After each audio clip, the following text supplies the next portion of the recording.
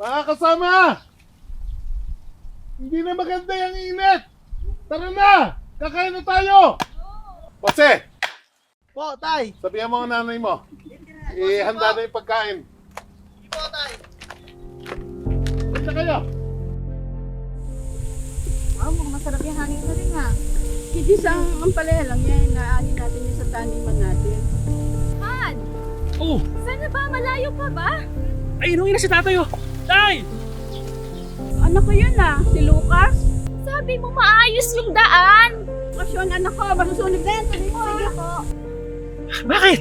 Patag naman yung kalsada. Saka naman nakakita ng bukit na sinemento. Lucas ba yan? Oo, tay! Si Kuya Lucas nga! Smile! Lucas! Anak! Daddy, ang init-init. Paano kami mag-smile under the sun? Ang init. Ano na ba yan? Smile! Smile, Day!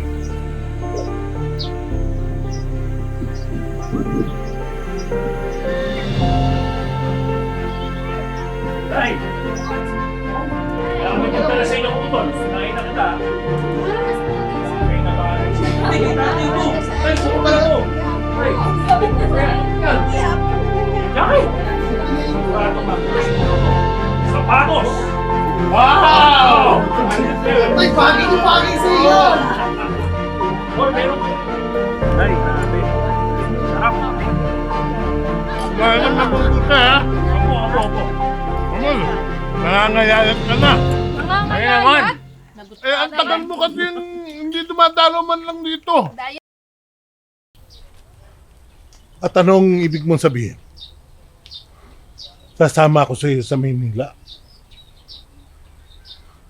Hindi.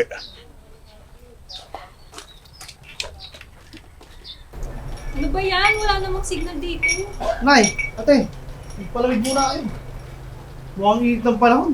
Hindi naman po yan ang gusto kong sabihin, Tay. Hindi. Hindi mo alam ang sinasabi mo. Hindi ka makararating sa tinutungtungan mo ngayon kung hindi dahil dito sa lupa. Kanino mo gusto kong ibenta?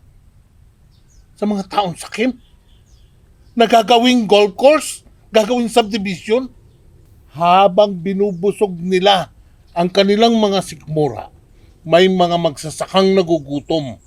Parang maganda naman yung plano ng asawa ko para sa inyo eh. Di po ba kayo naghihirap dito? Ikaw, sa tingin mo, naghihirap ba kami? Hindi.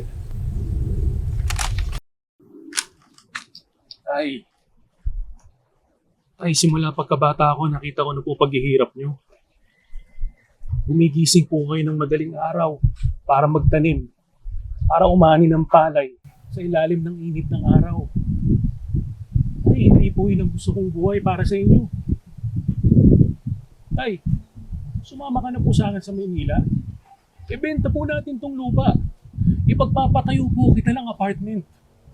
Tay, hihintayin mo na lang po yung kita. Magandang buhay. Tay, sayang naman po yung pagiging engineer ko. Ginusto mo yan.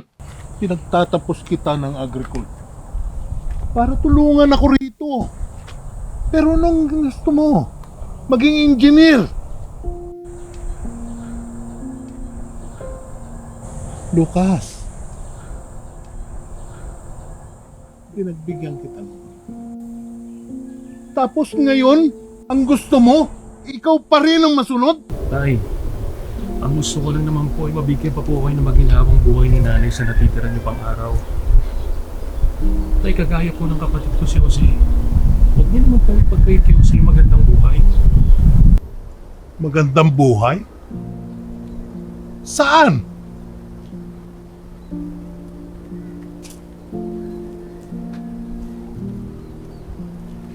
Sa Maynila? Yung ba ang sinasabi mong magandang buhay? Na puno ng polusyon, laganap ang droga, korupsyon? Hindi kaya ng butiko na ipahamak ang buhay ng mga tao dito. Tama. Maiksi ang buhay. Pero ang taong nagmamadali sa pagyaman, ang dulo, kapahamakan. Tandaan mo, anumang bagyo ang dumaan, mananatiling uhay ang tatay mo na nakatayo at naninindigan. Hindi ko ibebenta yan. Marami ang taong magugutom, Lucas. Nabuhay akong magsasaka. Mamamatay akong magsasaka.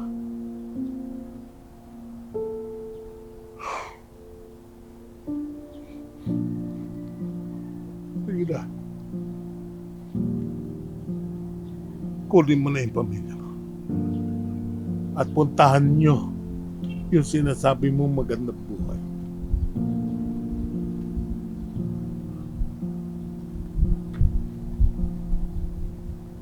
Nay, Tay, pasensya na po kayo sa akin kung may nasabi po ako na ikinsama ng kalooban niyo.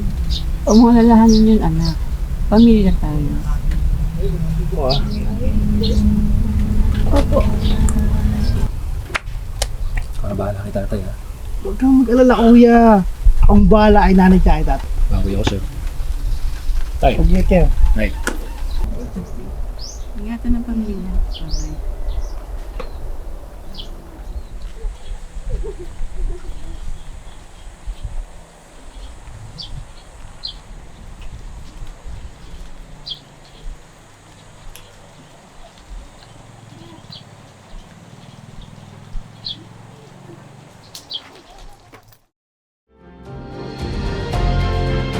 Bye. Tay!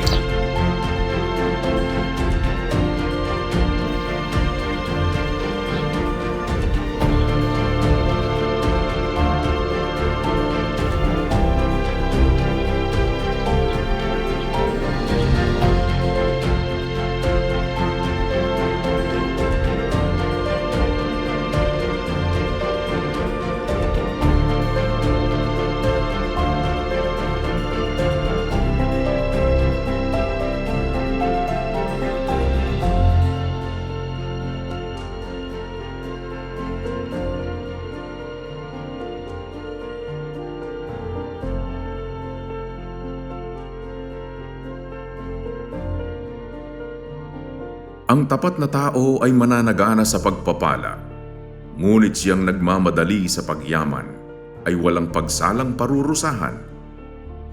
Kawikaan 28:20